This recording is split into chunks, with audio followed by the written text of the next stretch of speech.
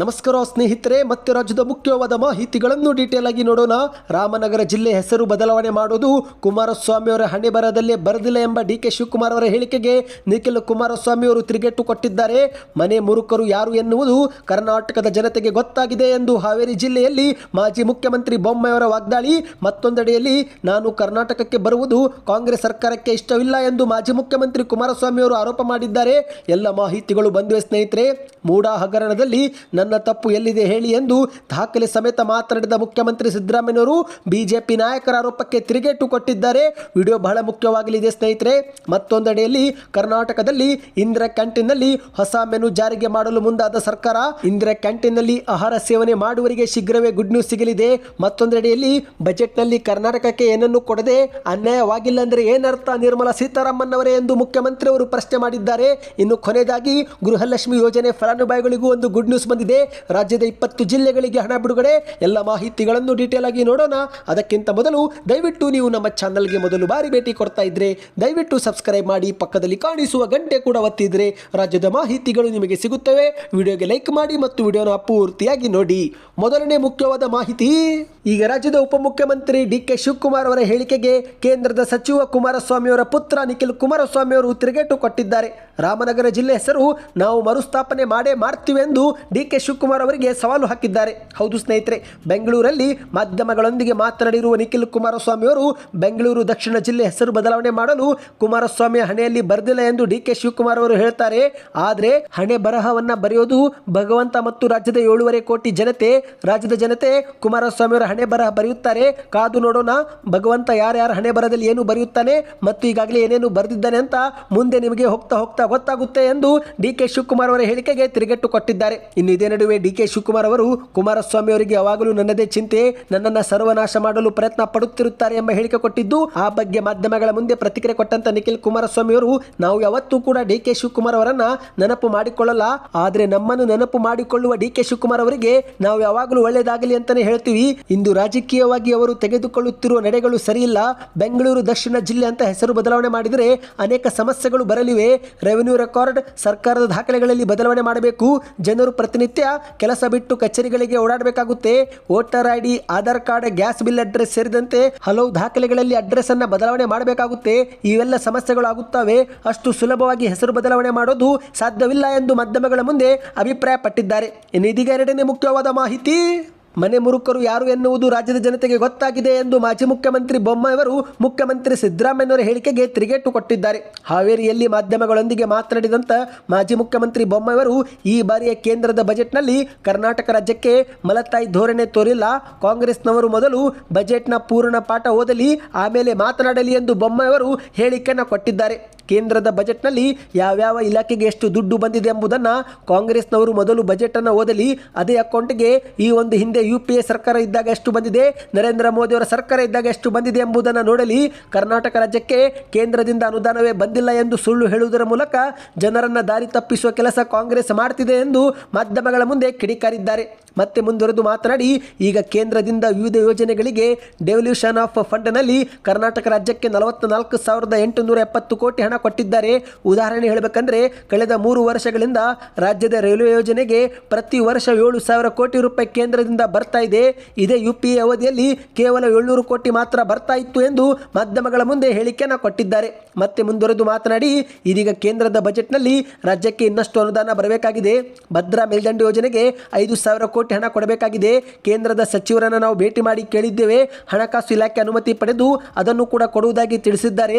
ಪ್ರಯತ್ನ ಮಾಡಿದರೆ ಕೇಂದ್ರದಿಂದ ಹಣ ಬರುತ್ತೆ, ಆದರೆ ಕಾಂಗ್ರೆಸ್ನವರು ಅಪಾದನೆ ಮಾಡಿಕೊಂಡು ಕೂತಿದ್ದಾರೆ ಎಂದು ಮಾಧ್ಯಮಗಳ ಮುಂದೆ ಕಿಡಿಕಾರಿದ್ದಾರೆ. ಇನ್ನು ಇದೇ ನಡುವೆ ಬಿಜೆಪಿಯವರು ಮನೆ ಮುರುಕರು ಎಂಬ CM ಹೇಳಿಕೆಗೆ ತಿರುಗೇಟು ಕೊಟ್ಟಂತ ಬೊಮ್ಮಾಯಿಯವರು, ಕಳೆದ 1.5 ವರ್ಷದಲ್ಲಿ ಮನೆ ಮುರುಕರು ಯಾರು ಎನ್ನುವುದು ಜನತೆಗೆ ಗೊತ್ತಾಗಿದೆ, ಜನರೇ ಸರ್ಟಿಫಿಕೇಟ್ ಕೊಡ್ತಾರೆ ಎಂದು ಬೊಮ್ಮಾಯಿಯವರು ತಿರುಗೇಟು ಕೊಟ್ಟಿದ್ದಾರೆ. ಇನ್ನು ಇದೀಗ ಮತ್ತೊಂದು ಮುಖ್ಯವಾದ ಮಾಹಿತಿಗೆ ಹೋಗೋಣ ಸ್ನೇಹಿತರೆ. ರಾಜ್ಯದ ಕಾಂಗ್ರೆಸ್ ಸರ್ಕಾರಕ್ಕೆ ನಾನು ಕರ್ನಾಟಕಕ್ಕೆ ಬರುವುದೇ ಇಷ್ಟವಿಲ್ಲ ಎಂದು ಮೈಸೂರಲ್ಲಿ ಕುಮಾರಸ್ವಾಮಿ ಅವರು ಆರೋಪವನ್ನ ಮಾಡಿದ್ದಾರೆ. ರಾಜ್ಯದ ಕಾಂಗ್ರೆಸ್ ಸರ್ಕಾರ ಬೀದಿಯಲ್ಲಿ ತಮಟೆ ಹೊಡೆಯುವುದನ್ನು ನಿಲ್ಲಿಸಿ ಎಲ್ಲರನ್ನೂ ವಿಶ್ವಾಸಕ್ಕೆ ತೆಗೆದುಕೊಂಡು ಮುನ್ನಡೆದರೆ ಕೇಂದ್ರದಿಂದ ನ್ಯಾಯಯುತವಾಗಿ ರಾಜ್ಯಕ್ಕೆ ಸಲ್ಲಬೇಕಾದಂತಹ ಅನುದಾನ ಕೊಡಿಸಲು ನಾನೇ ಮುಂದೆ ನಿಲ್ಲುತ್ತೇನೆ ಎಂದು ಕೈಗಾರಿಕಾ ಸಚಿವರಾಗಿರುವ ಕುಮಾರಸ್ವಾಮಿ ಅವರು ಹೇಳಿಕೆಯನ್ನು ಕೊಟ್ಟಿದ್ದಾರೆ. ಕರ್ನಾಟಕ ರಾಜ್ಯಕ್ಕೆ ಕೇಂದ್ರ ಸರ್ಕಾರ ಅನ್ಯಾಯ ಮಾಡ್ತಿಲ್ಲ, ಬದಲಿಗೆ ರಾಜ್ಯ ಸರ್ಕಾರವೇ ಅನ್ಯಾಯ ಮಾಡಿಕೊಳ್ತಾ ಇದೆ.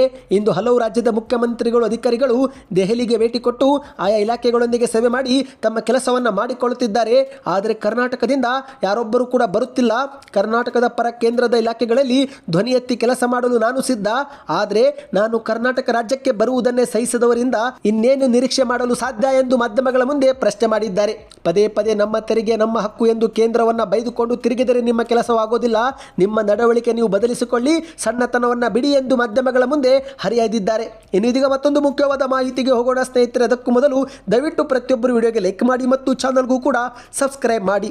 ಇದೀಗ ರಾಜ್ಯದಲ್ಲಿ ಮೂಡಾ ಹಗರಣ ಮತ್ತು ವಾಲ್ಮೀಕಿ ಹಗರಣದಲ್ಲಿ ಮುಖ್ಯಮಂತ್ರಿ ಸಿದ್ದರಾಮಯ್ಯವರು ಭಾಗಿಯಾಗಿದ್ದಾರೆ ಎಂದು ಬಿಜೆಪಿ ನಾಯಕರು ಆರೋಪ ಮಾಡುತ್ತಿದ್ದು, ಇದೀಗ ಬಿಜೆಪಿ ನಾಯಕರ ಆರೋಪಕ್ಕೆ ದಾಖಲೆ ಸಮೇತ ಮುಖ್ಯಮಂತ್ರಿಯವರು ತಿರುಗೇಟು ಕೊಟ್ಟಿದ್ದಾರೆ. ಹೌದು ಸ್ನೇಹಿತರೆ, ಇಂದು ರಾಜ್ಯ ರಾಜಕೀಯದಲ್ಲಿ ಮೂಡಾ ಮತ್ತು ವಾಲ್ಮೀಕಿ ಅಭಿವೃದ್ಧಿ ಹಗರಣ ಪ್ರಕರಣ ಸಿಎಂ ಸಿದ್ದರಾಮಯ್ಯವರನ್ನ ಇನ್ನಿಲ್ಲದಂತೆ ಕಾಡ್ತಾ ಇದೆ. ಇದೇ ನಡುವೆ ಈಗ ಮುಖ್ಯಮಂತ್ರಿಯವರು ತಮ್ಮ ರಾಜಕೀಯ ವೃತ್ತಿ ಜೀವನದ ಬಗ್ಗೆ ಸ್ಪಷ್ಟನೆ ನೀಡುವ ಕೆಲಸವನ್ನ ಮಾಡಿದ್ದಾರೆ. ಬೆಂಗಳೂರಲ್ಲಿ ಮಾಧ್ಯಮಗಳನ್ನು ಉದ್ದೇಶಿಸಿ ಮಾತನಾಡಿದಂತ ಮುಖ್ಯಮಂತ್ರಿ ಸಿದ್ದರಾಮಯ್ಯವರು, ನನ್ನ 40 ವರ್ಷದ ರಾಜಕೀಯ ಜೀವನವೇ ತೆರೆದ ಪುಸ್ತಕ. ಸಣ್ಣದೊಂದು ಕಪ್ಪು ಚುಕ್ಕಿ ಇಲ್ಲದಂತೆ ರಾಜಕೀಯದ ಪವಿತ್ರತೆ ನಾನು ಕಾಪಾಡಿಕೊಂಡು ಬಂದಿದ್ದೇನೆ. ಇಂದು ರಾಜ್ಯದ ಅಧಿವೇಶನದಲ್ಲಿ ಕರ್ನಾಟಕದ ಜನರ ಸಮಸ್ಯೆಗಳ ಬಗ್ಗೆ ಆಡಳಿತ ಮಾಡುತ್ತಿರುವ ಕಾಂಗ್ರೆಸ್ ಪಕ್ಷ ಬೆಳಕು ಚೆಲ್ಲಿ ಚರ್ಚೆ ಮಾಡ್ತಿದ್ರೆ, ಆದರೆ ವಿರೋಧ ಪಕ್ಷದವರು ನೆಪಕ್ಕೂ ಸಹ ರಾಜ್ಯದ ಜನರ ಬಗ್ಗೆ ಚಕಾರವನ್ನು ಎತ್ತುತ್ತಿಲ್ಲ ಎಂದು ಮಾಧ್ಯಮಗಳ ಮುಂದೆ ಹರಿಯದಿದ್ದಾರೆ. ಇಂದು ಅಧಿವೇಶನದಲ್ಲಿ ಕಳೆದ 2 ವಾರಗಳಿಂದ ವಾಲ್ಮೀಕಿ ನಿಗಮದ ಒಂದೇ ವಿಚಾರವೇ ಪ್ರಸ್ತಾಪ ಆಗ್ತಾ ಇದೆ. ಇದನ್ನೆಲ್ಲವನ್ನು ಕೂಡ ನೋಡಿದಾಗ ಮುಖ್ಯಮಂತ್ರಿಗಳ ವ್ಯಕ್ತಿತ್ವಕ್ಕೆ ಮಸಿ ಬಳಿಯಲು ಅಧಿವೇಶನವನ್ನ ಬಿಜೆಪಿಯವರು ದುರುಪಯೋಗ ಪಡಿಸಿಕೊಳ್ಳುತ್ತಿರುವುದು ಬಿಟ್ಟರೆ ಜನಪರವಾದ ಉದ್ದೇಶ ವಿರೋಧ ಪಕ್ಷಗಳಿಗೆ ಇಲ್ಲ ಎನ್ನುವುದು ನಮಗೆ ಸ್ಪಷ್ಟವಾಗಿದೆ ಎಂದು ಮುಖ್ಯಮಂತ್ರಿಯವರು ಕಿಡಿಕಾರಿದ್ದಾರೆ. ಇಂದು ಮೂಡಾದವರೇ ನಮ್ಮ ಜಾಗವನ್ನು ಅಕ್ರಮವಾಗಿ ಪಡೆದುಕೊಂಡು ಬೇರೆಯವರಿಗೆ ನಿವೇಶನವನ್ನು ಹಂಚಿದ್ದಾರೆ. ಇನ್ನು ನಾವು ಕೂಡ ಇಂಥ ಜಾಗದಲ್ಲಿ ನಿವೇಶನ ಕೊಡಿ ಎಂದು ಕೇಳಿಲ್ಲ. ಬಿಜೆಪಿಯವರ ಅವಧಿಯಲ್ಲಿ ಅವರೇ ನಿರ್ಣಯ ತೆಗೆದುಕೊಂಡು ನನಗೆ ನಿವೇಶನವನ್ನು ಕೊಟ್ಟಿದ್ದಾರೆ. ಇಲ್ಲಿ ದಾಖಲೆಗಳು ಇವೆ.